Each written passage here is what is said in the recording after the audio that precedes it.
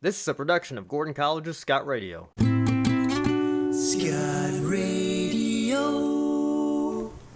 Hey everybody, and welcome back to another episode of The Ben Schneider Show. My guest today is my former high school cross-country teammate and captain for 2 years. And friend. And a senior here at Gordon, David Walczak. Thank you, Hey David, Ben, for how's it coming on. going?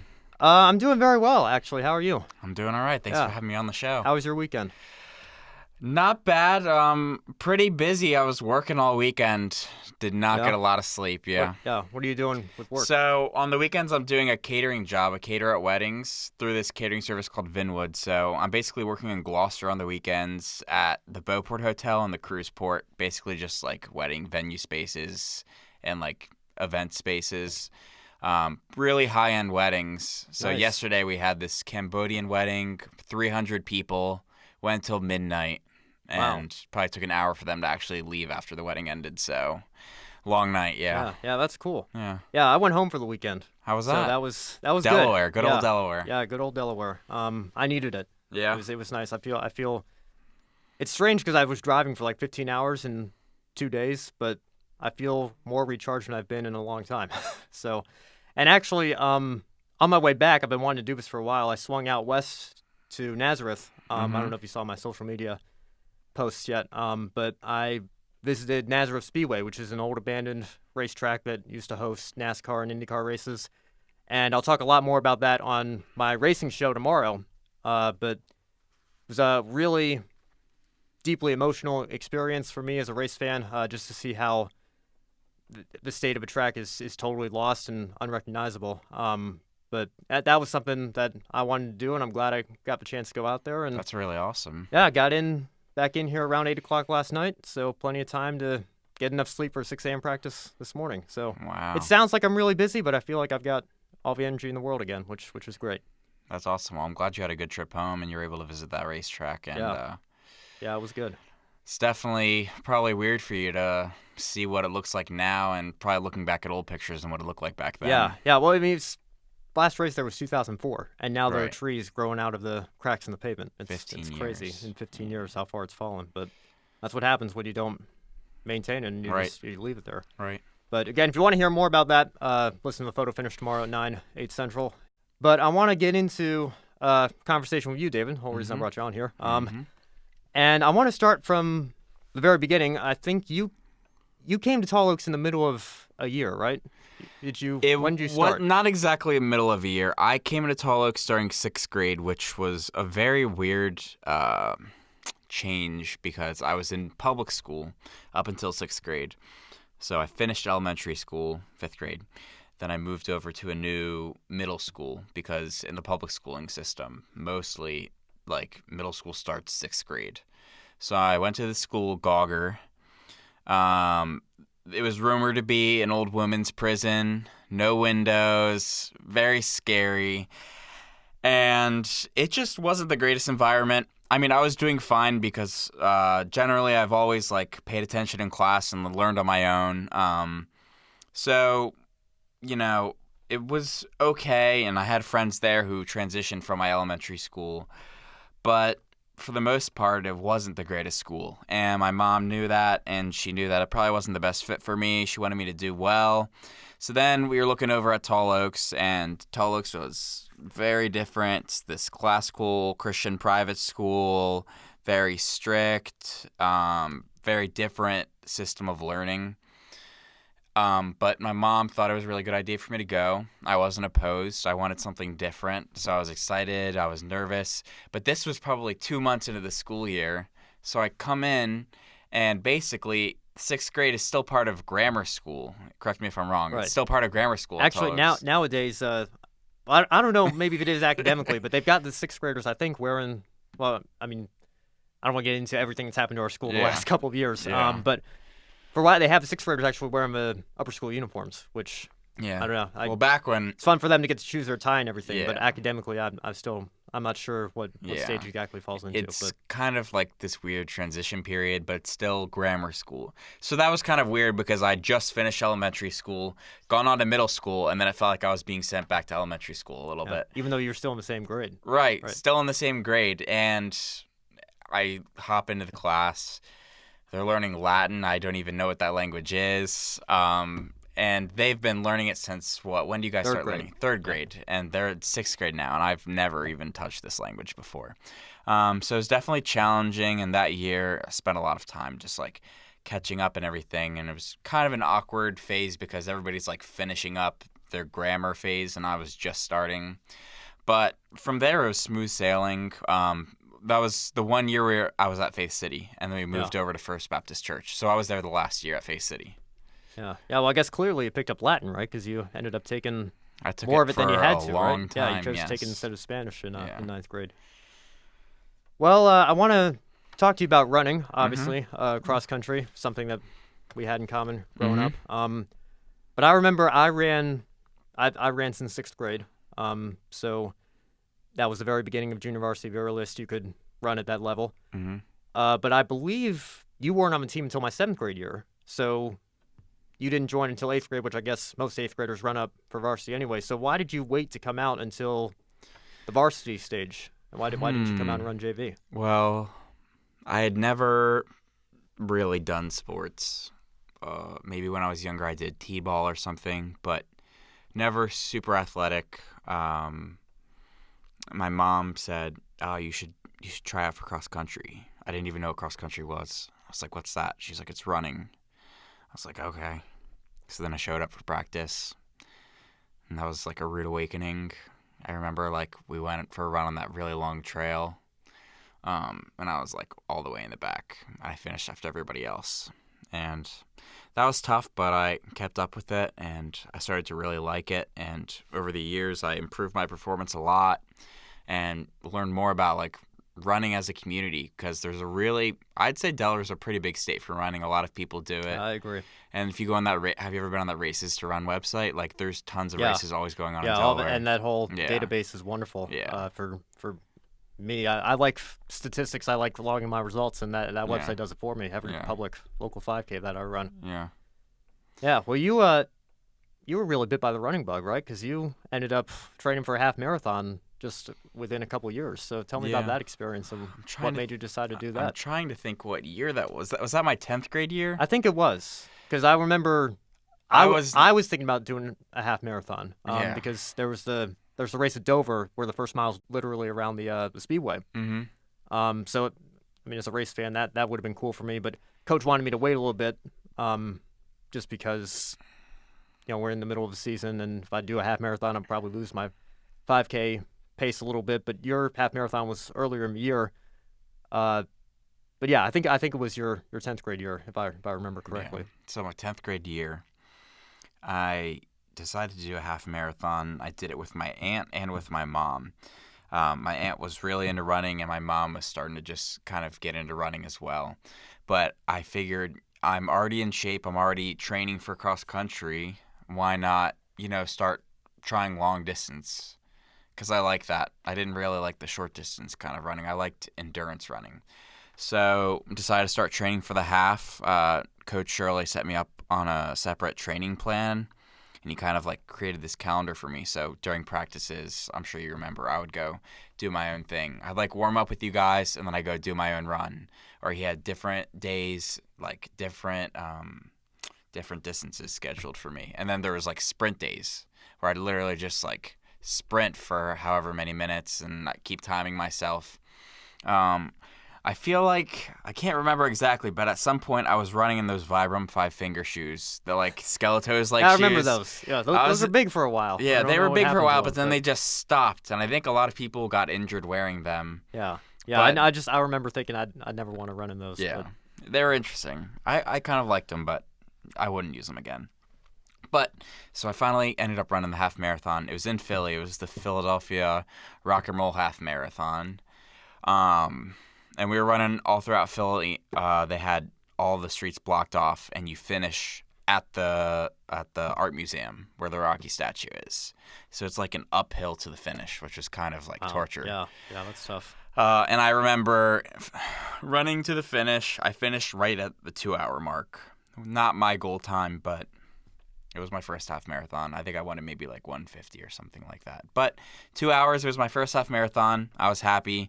I finished, and then I went to this patch of grass and just, like, passed out. I didn't stretch or anything. I really should have. And I just passed out, like, fell asleep. I woke up, and my muscles hurt so bad. My legs hurt. My feet hurt. And I was just covered in, like, this thick sunburn. But it was really fun. And afterwards, my family and I, we all went and got some Philly cheesesteak to reward ourselves for that long run. Nice. Love Philly cheesesteak. But that was a really great experience. I'm actually thinking about training for another half marathon because Really? I'm trying to get back into Nice, running. okay. Yeah, I kind You of want to stopped come out for for a while. track? We'll see. I don't know if Coach Fleikert's listening right now, but yeah, I'm doing some Are recruiting you for recruiting you, Coach, for me right now? Per chance I'd come back for throwing again because I did really enjoy well, yeah, that. we'll get into that later Yeah. on. But yeah, so you ended up being a captain for 2 years, so you really took the sport on in that sense. What are some of your favorite stories from running for Tall Oaks? Well, when Coach Shirley first asked me if I would be interested in, being a captain on the team, he was like, I need you to be more serious than all these other knuckleheads. I need you to, step it up, set an example. Because we had guys that were older than me. We had guys that were a year above me. So I didn't even think I was... Because you were captain of junior and senior year, right? yeah. So I didn't even think I was eligible because I was just a sophomore when he asked me to. But he said, step it up, be serious, and then I want you to lead. So I paid attention, set an example, lead by example. That's the best way to do it with cross country. Of course, yeah. Just, do whatever the captain says. Just be an example. Don't goof off at meets, represent the school well. So that's what I did. And I really, really, really enjoyed being on cross country for Gordon. I'm not Gordon, Tall Oaks. Well, and Gordon, right? Yeah, and Gordon for my freshman year. Which kind of had a sad ending. But as far as Tall Oaks, I really enjoyed being on the cross country team. Great group of guys. We did very well in some of our seasons. You and I got to run together. And our home race, was it the first meet of the year or our home meet, or was it later on in the year? I'm not sure. I don't remember when it was. I'm trying to think back because I remember I won my first race, my first MIL race I won. It was at West Nottingham that year. I was battling a guy named Ramsey who was a senior. I remember for them. Ramsey. Yeah, and he and I were locked in this battle basically the whole race, and Coach always tells the story. He says he could tell Ramsey looked like he was in excruciating pain, and I had a smile on my face, and that's when he knew that I was going to win the race. And last quarter mile, I just dropped the hammer and ended up pulling away. But then we ran them on our home course later in the year, and I remember you and I got out to a good start through the woods section, and then you'd come out of the first set of woods. It was an out and back course at Iron Hill, and we were running through the pavement, that area of the course, and into the second section of woods. And I remember, had you right behind me, you said to me something like, "Let's do this," or something like giving me motivation to keep going because we were running 1-2. So we get to the halfway point, the turnaround, and I see James Yarboy, our number 3 runner, and I'm that fires me up more than anything else because now we have the top 3 spots. And then I see Noah, and then I see Calvin, and I think Josh was on the team at this point. I don't know.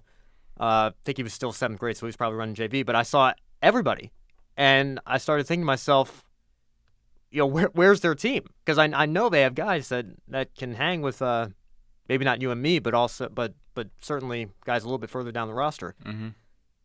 And so, but I don't think much of it. I think maybe they took a wrong turn or something. But we come back out on the pavement, heading to the downhill, and I see at the bottom of the hill, I see Ramsey. And I'm thinking, well, okay, that's interesting. I don't know. Ramsey's a good kid. He wasn't. I didn't get the sense he was super street smart. So I thought maybe he didn't. Maybe he turned around at the top of the pavement or something. I don't know. I thought it was well marked enough. And they had runners that ended up running the full course. So I would say it was. But we end up finishing the race, and they would hand us cards. We didn't have chip timing or anything because we were a small private school. They're handing us cards with numbers with our finishing position, which we would take over to the timing people. And the handmade card says number 5. And I was like, hold on a second. that's not right, because you and I led the whole race and nobody ever passed us. So yeah, I don't know. I'd like to hear your perspective on that race. I don't know how much of it you remember. But this is the race, I recall correctly, where you actually came in first, right? Yeah. And they DQ'd the first 4 guys. Yeah. Because and they didn't actually and run you the and whole I thing. Yeah, and you and I passed Ramsey anyway, but I think so they had 5 guys that they threw the result out because they didn't run the entire course. Right. Yeah. I just remember like realizing that we're ahead of all these West Nottingham guys. And I'm running down the pavement, where you pass that little park to the right. And I keep going and I keep going. And then I get into that small patch of the woods, just like as you're about to approach the finish. And there's this little kid that's running. I don't know what grade he's in. He's running for the team, but maybe he's JV or something.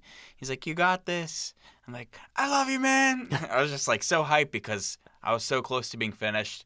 And that's like one of the moments, the fastest moments I've ever run, like just full energy. I was just like blazing through the woods, and I finish, and then Mr. Luby was standing at the finish, and he like tells me my time. I think he said like 20:50 or something, and that was like my PR at that time. I was like, wait, what? He's like 20:50. I was like, what did you say? He's like 20:50. I was like, what? He's like 20:50. I was like, oh my goodness. Yeah, I believe the time was 20:50. I remember that number because I knew I set a PR, and that was like, it was an amazing feeling. Yeah. Any other races that stick out in your memory? I know I've got a bunch because my sophomore year I won quite a few. Of course, the MIL is a very small league with only a few schools, but I'd love to hear more of your stories. Yeah, well, I remember my sophomore year I won both we basically ran all dual meets. So I remember I won both races against Tri-State and both races against West Nottingham. Tri-State was tricky Tri-State. They're at Fair Hill. Fair Hill, their course was tough. And I actually got lost at one of those meets. Oh yeah, let's talk about that race. I'm glad you brought that up. I forgot about that. I don't know what happened. I remember I was running with Jamie Weber. Yeah. I think my problem was who was the captain before you were. Yeah. And she and I don't know. We had. This is how you know the course was badly marked. We had one of Tri-State's runners with us. Yeah. I think it was Ryan Rash, actually, who went to Tall Oaks for a year. But I don't know. We were running through the trail somewhere, and Ryan looked at us and said, "Yeah, guys, we're lost." And I was like, "Uh-oh," because if he's running on his home course and he doesn't know where he is, I mean, then everybody's in trouble. Yeah. And Josh Frank, I think, was running with their number 1 guy, and I think they ended up just basically running in a circle one point because they took a left, and then they got to the same point again. They were like, okay, I guess we take a right. But the story I heard was you got back and said, "Did you guys see the barn?" and we were like, "What barn? What are you talking about?" I don't know, because I came in like, I don't even know, 30, 35 minutes. But obviously that race just kind of got thrown out anyway. None of our times mattered. I don't remember what my time was. I think that was your freshman year, my 8th grade year, because I feel like Coach Silver was there too, and I remember there was that one year where they were both working with us. But yeah, I just remember running through the woods. I didn't have anybody with me. Maybe there was somebody ahead of me, maybe somebody behind me, but soon enough there was like no one around, and I'm trying to follow all the markers, but I got to the point where I don't really see any markers. I don't see any people like directing, so I just keep following the trail. And then I see this big field with like bales of hay and a farm or a barn. I'm like, what the heck? So I just keep running, and eventually the trail took me back to that bridge, and somebody's like, this way. So then I ran back, and I'm like, what the heck? That was a long race. Yeah. Not really a 5K. But yeah, that was not fun.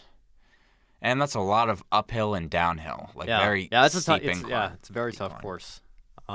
Still one of my favorites though, because it's fun. It's fun to be out there and running a course like that, but it hurts, if you run it right. So yeah, well, I guess we can go to my junior year. So your second year as a captain, your senior year. I remember we had a really strong team this year, and that was the last year because Tall Oaks kind of did what it did with the whole Reach Red Lion merge, and that's a story for another day. Mm-hmm.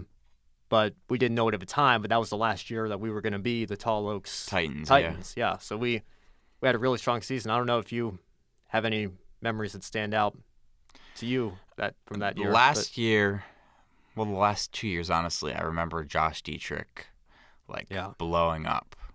Like, this kid. Yeah, that was the only. So I won the first 2 races my junior year. Yeah. And the only reason I won them was because Josh had a terrible sickness or something that kept him out for. I remember week he got really sick. Yeah. Yeah. So he couldn't run, and so I was the number 2 guy, but.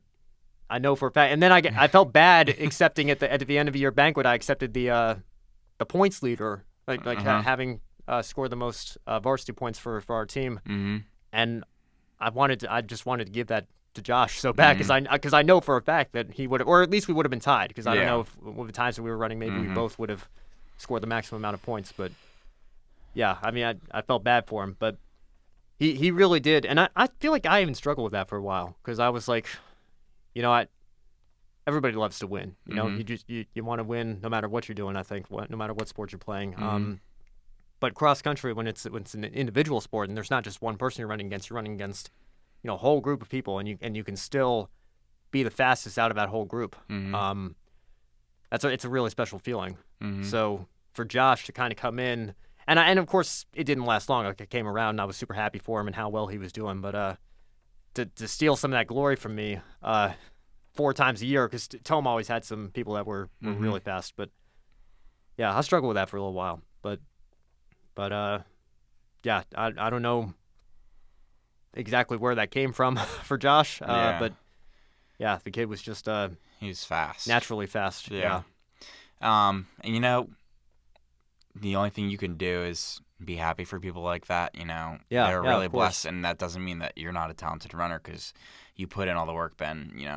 You got to where you were because of how hard you worked, and we pushed each other. Yeah. And so like they say, running thing. really is a personal sport. Like, you're competing with yourself, even though on the line you're competing with all these, other runners. It is a personal sport. You're always trying to beat your own record. You know what I mean? Because every person has a different ability to run.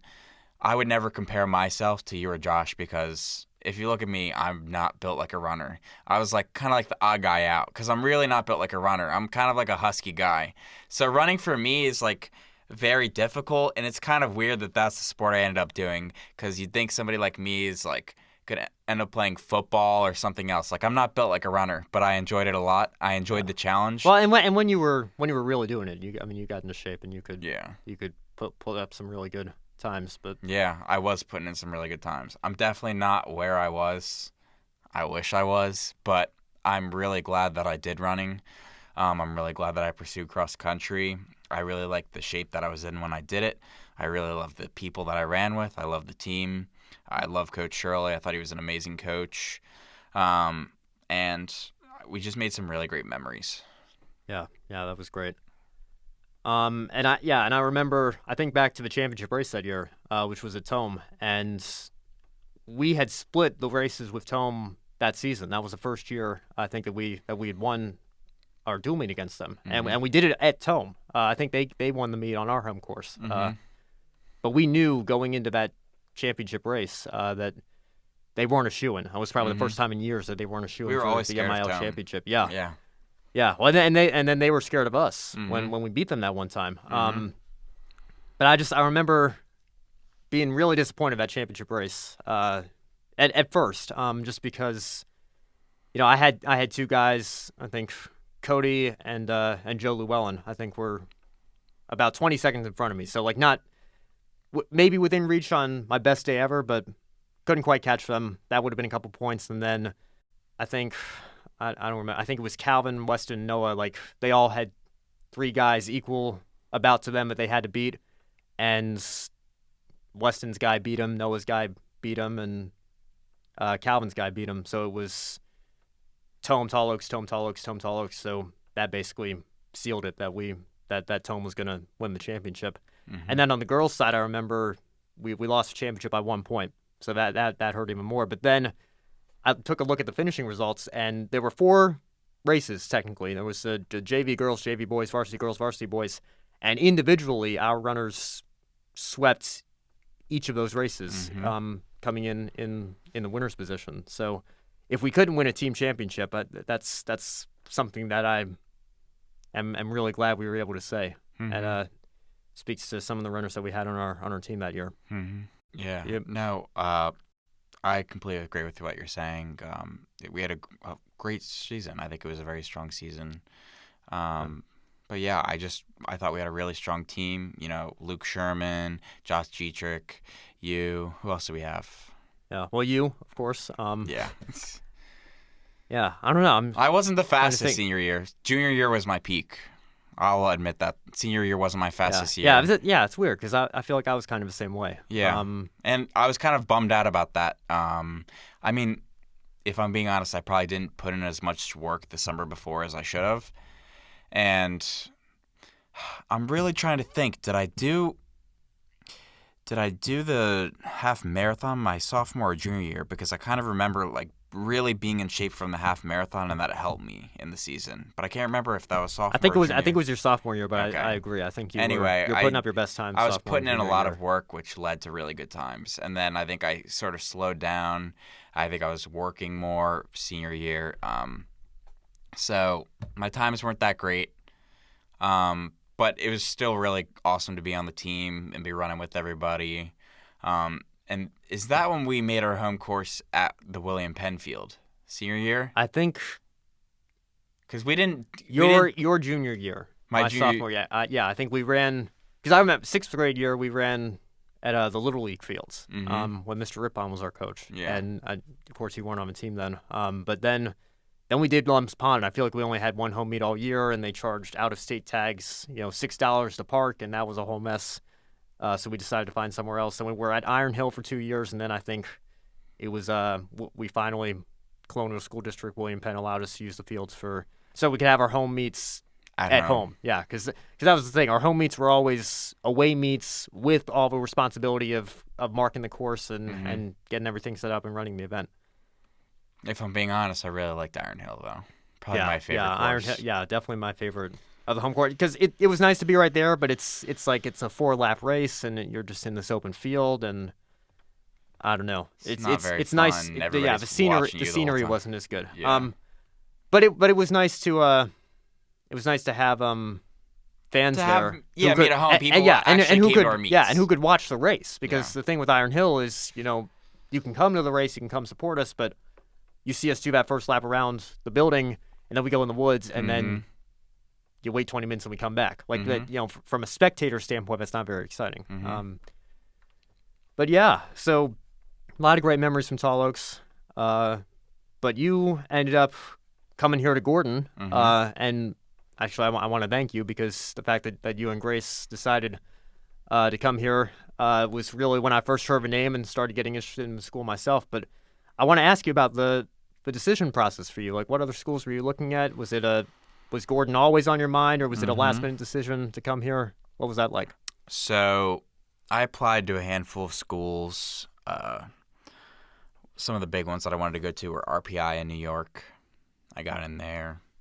University of Delaware, Virginia Commonwealth University, Boston University, Gordon. Did I say UD already? Yes. Okay, yeah. So I was just applying to all these different kinds of schools. Didn't really know what I wanted to do, but I was kind of like you in the sense that I wanted to do comm arts kind of stuff, filmmaking, graphic design, any sort of stuff like that. But not super sure of what I wanted to do.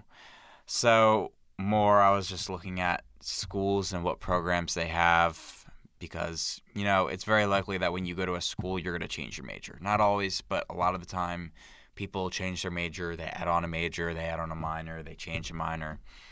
So I was just looking at all different kinds of schools, but never did I think that I was going to look at Gordon, a school that's somewhat similar to our high school.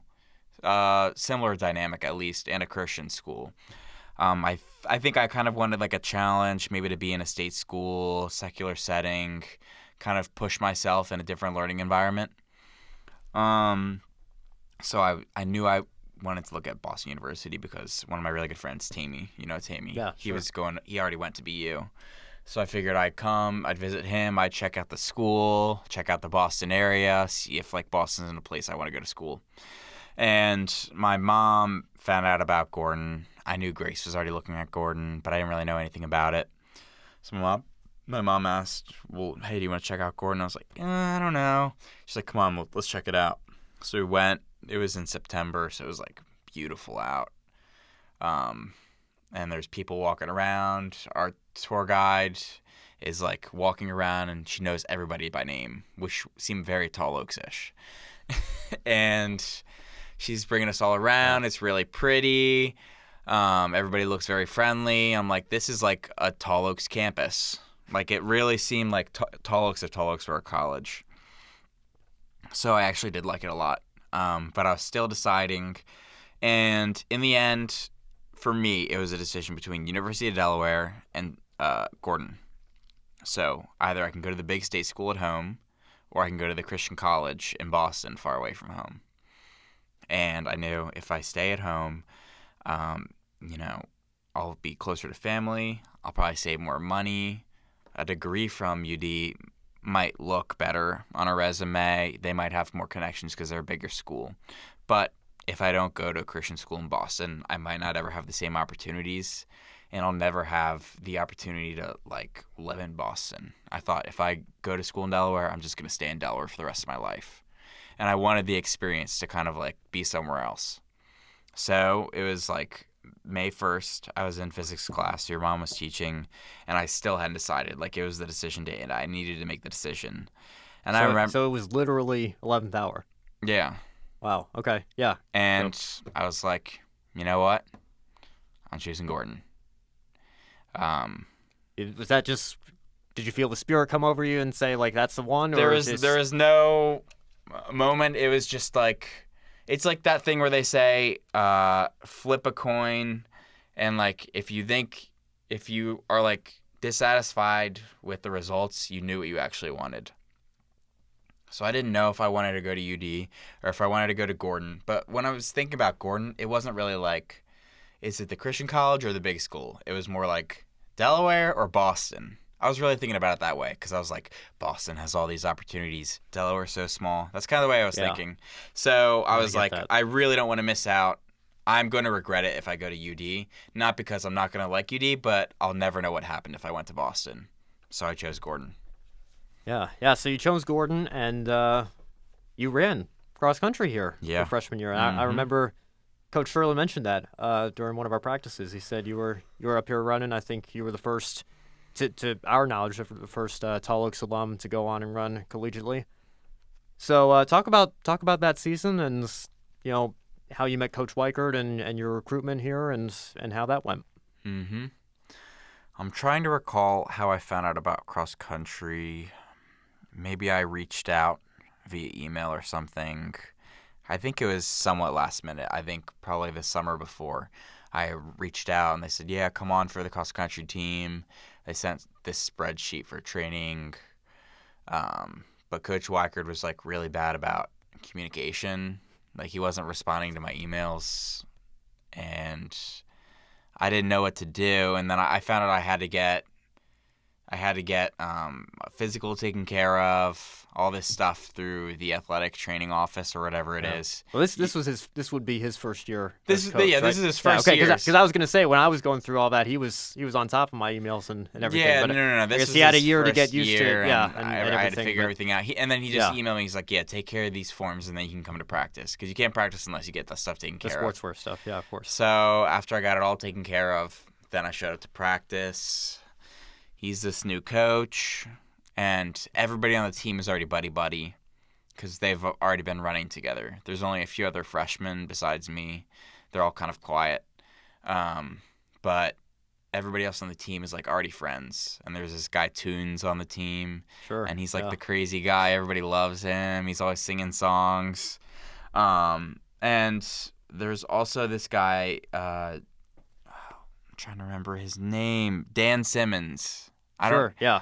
He was a senior, so I never got to run with him, but I know the name. Yeah. I remember Dan. He was like one of my really good friends on the team, and he kind of really made me feel welcome on the team, which I really appreciated. And we had some really fast runners like Damon. Yeah, Damon was a beast for sure. Insane. And I was happy to be running, and it was a challenge because we increased the distance. So it was 8Ks for men instead of 5Ks. Yeah. Right? And so the training was more rigorous, but I did really enjoy it. You know, Coach Weiker's a really great coach. And, you know, I was just enjoying running at Gordon. There's a lot of great scenery, too. So it's, like, beautiful. You know, you can run all around Wenham. You can run through the woods. I remember I would run through the Gordon Woods and then onto this back road that would take me all the way to Singing Beach. I'd literally go for a run to Singing Beach and run back. Yeah, it's beautiful. Because, you know, you're doing crazy distances to train for these races. But I did actually end up getting injured. I'm trying to think what it was called. I can't remember the name exactly, but basically the muscles in my right leg, they were all twitched up and they wouldn't like loosen up at all. So my legs, well, one leg in particular, but I think both were injured pretty bad. But the one leg in particular hurt extremely bad and I could not run. So this was like halfway through the season maybe. So I remember Coach Weichert actually took me to the urgent care unit. Wow. Was it that bad? Yeah. Wow. Okay. Yeah. And we had a meeting with Dr. Mahudi, I believe his name is. He has a connection with Gordon. And he just takes these really long, thin needles. And he's like, all right, I'm going to apply these to your muscles to get them to, like, untwitch. So he just takes, like, a Sharpie or some sort of marker and marks these dots all over my leg. And I'm, like, laying down and he just starts poking. And I just feel my leg twitching. And that was weird, but that, like, loosened up the muscles. So then the rest of the season was recovery, so I didn't really get to race. Yeah. So that kind of bummed me out. Yeah. I found a picture on your Instagram from way back, and I think I know everybody in here except the two guys between Toro and DJ. Okay, so that's Dan Simmons right there. Next to Toro. Yeah. Yeah. That's the guy who is really good friends to me. And then that's D-Mac, Dan McCutcheon. Okay, yeah, I know that name too. He was at Gordon last year. Maybe he wasn't on cross country though. I know he was an RA in one of the buildings too. He wasn't super social or friendly with me. I didn't really talk to him at all. But Dan Simmons was a really good friend of mine. Yeah.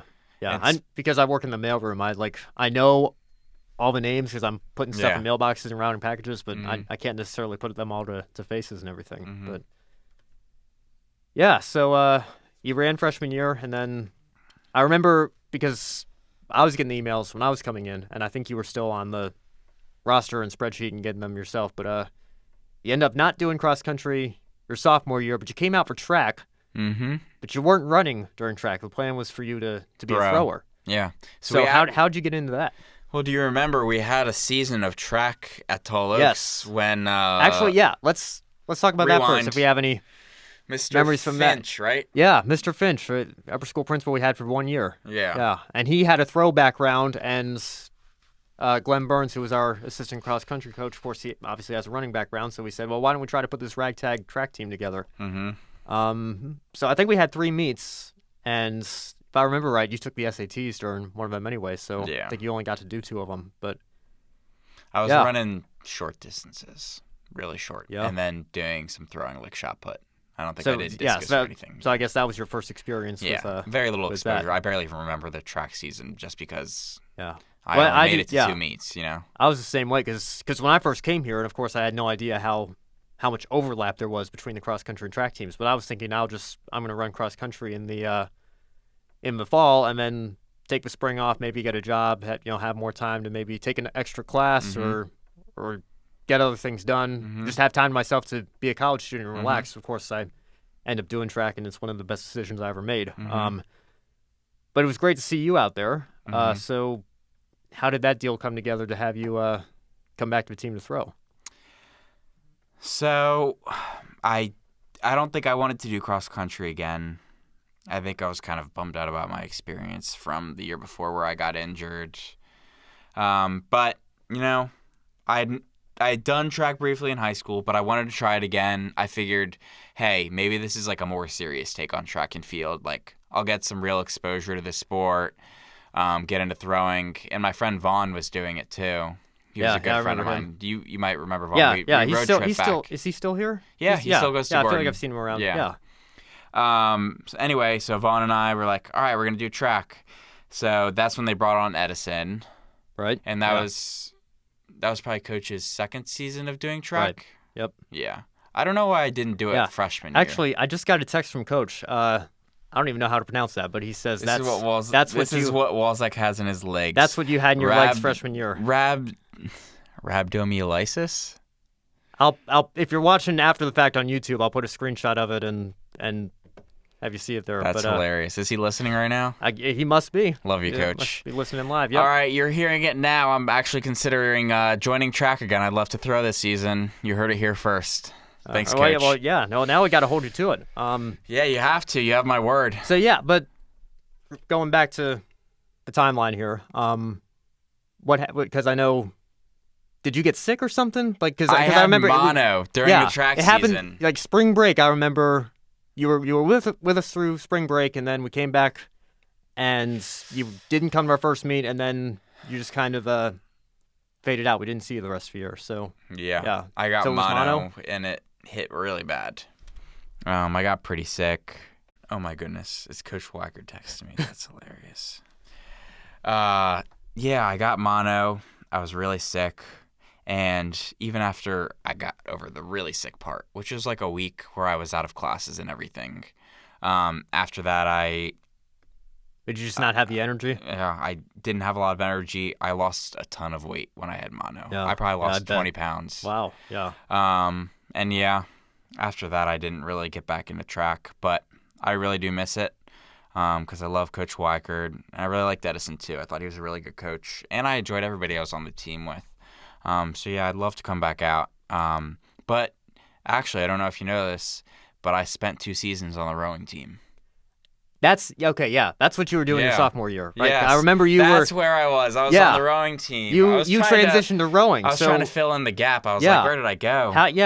Well, I guess it didn't leave a huge impression on you. Yeah. What happened with rowing? So I actually didn't get sick or injured in this instance, but rowing, very, very small team. 2 people that are really passionate about rowing, 1 person that's kind of quiet, and then our coach is kind of awkward. But I was like, this is a pretty cool sport, so I'll come out for it. A lot of our training, though, was on the ergs, which is like a rowing machine where you literally just sit down and pull. And I think when I started, it was too cold out to even row. So I didn't even get to row right away when I started. We were just on the rowing machines. I guess that's got to be like running on a treadmill, right? It's like, hey, come out for cross country, and then you're on a treadmill for a month. It's like not a great intro. If you're serious about it, but I actually stayed through with it. You'd think like that'd be like, no, thank you. But anyway, I decided to give it a try. So we went to the CrossFit 5+ gym, which is like a CrossFit gym in the Cumming Center in Beverly. I think one of the RDs at Gordon owns it with her husband. Welch, is there a... Yeah, Chris and Sarah Welch. Sarah Welch, yep. She and her husband own that CrossFit gym. They have a whole row of ergs there, so we would row in those machines. And then finally it warmed up, and I was actually able to race in a few regattas, and that was really fun. And it is unlike any other experience. And when you're out on the water at like 5 a.m. and you're just rowing, it's a pretty awesome experience. We would go out on Lake Chabaco, and they actually own the property now. Originally, I think they were just borrowing it or renting it or something. I think they actually own the property now. And we had a whole bunch of boats donated to us too. So we were doing all kinds. We were doing singles, doubles, quads, I think they're called. There's a bunch of different rowing style boats that I don't know all the terminology. I really don't remember it all, but there's a bunch of different styles that you can row. And then Eric Hollenbeck was on the team when I was rowing, and I don't know if you know him. I don't think I know him. But he's really into rowing. Like, this dude wanted to join the Olympics. Like, oh, okay. This is what he is pursuing. Yeah. So like in practice, out of practice, all he had talked about was rowing. Like, this guy was crazy about it. I'm trying to think. Oh, yeah. So the practices were always at like 5 in the morning. Every day? It was early. Yes. Yeah. It was really early. Yeah. Well, I think of how hard it is sometimes to, you got to make sure you go to bed early and play at 6 a.m. I can't imagine. Let me tell you about how hard Eric went, earlier. though. We would go do a workout on the ergs, not even Yeah. rowing, just on the ergs, and he'd finish rowing like a 2K or something, and he'd go run to the bathroom to throw up. Like, worked himself so hard to throw up. Like, you might remember this. I would throw up at the end of like some of our meets in cross country, but that's like a meet. This guy's just like practicing you won and Coach pushing Shirley's himself award a couple times. Yeah. But yeah, I mean, I did it for 2 semesters. I enjoyed the sport.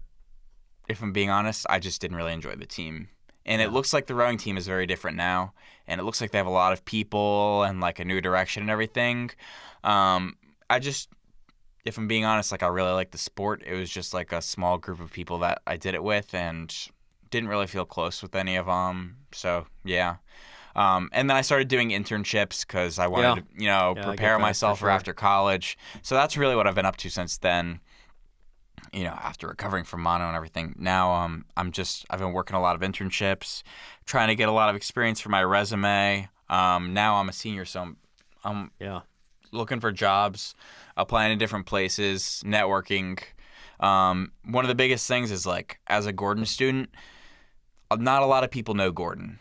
There's a lot of schools in Boston and a lot of big schools. So when somebody sees Gordon College on a resume, they don't unless it's like a special company that has a strong connection with Gordon, they're not really going to recognize you. And a lot of these big companies, they have this online system that processes your resume. And if your resume doesn't meet all their criteria, it automatically rejects it. You don't even get your resume viewed by a person. Wow. So I guess it's an intense recruiting process. So the way to get in is through internal referral. That's like the number one way to get a job. You want a connection. Networking is the biggest thing. So LinkedIn. Yeah, we just had departmental convocation this week or last Friday rather, and one of our professors was saying, some people, especially in the field of communications, they feel like if you can only have one between a LinkedIn and a resume, you almost would rather have a LinkedIn because that's a networking site that can get you those connections, and having a strong profile there's just as important, if not more important, than building a resume. So, yeah, you want to have tons of connections on LinkedIn. LinkedIn is a great way to reach out to people that are within and out of your network. So one of my recommendations for you, because you're a junior now, right? So you're going to be looking for jobs. I'm a senior academically, actually. Oh, really? Yeah, Karen credits. Nice. So when are you graduating? December 20. So, December 20. Okay. So semester after me. That's a tentative plan right now. You're not far behind. Yep. Okay, nice. So as you're looking for jobs, look for companies that you want to work for. Go on LinkedIn, and because you have LinkedIn, right? Right. So on your LinkedIn, it says you're a student at Gordon College. So it's automatically, when you look at a company, it's going to say, this many alumni from Gordon College work here. You click that link, and it's going to show you different contacts. Even if you don't know them, they're probably going to be a second connection because they went to Gordon, and they'll be a connection with somebody else that you know. Even if not, reach out to them. Send them a connection request. Send them a personalized message telling them about yourself, who you are, what you're interested in. You really don't have that much text to write in there. I think it's very limited, kind of like a tweet. Yeah. So you basically just want to say, hey, I'd love to connect. I want to learn more about you, how you got from Gordon to here. And then, after you talk with them, they can pass your resume along to HR or whoever, and that's how you get in. It's all about return on referral. You want to have the inside connection because as a Gordon student, we have an awesome education system. I love Gordon. I think they're doing great things, and I know there's been budget cuts, but then there's also good news because we're getting all these donations. Yeah. Yep. So there's a lot of hot and cold. Some people don't like Gordon. Some people love Gordon. I think Gordon is what you make of it. So if you pull as much as you can out of your Gordon education, you make the best of your experience, then you can have a great time at Gordon. So that's what I'm doing. I'm using Gordon to my advantage by reaching out to as many connections as I can, networking. Alexander Lowry's like one of the most important people on campus. You really want to know him. He will get you connections anywhere. He knows so many people. whether it's in finance or like other parts of business, like marketing and communications is a big part of marketing.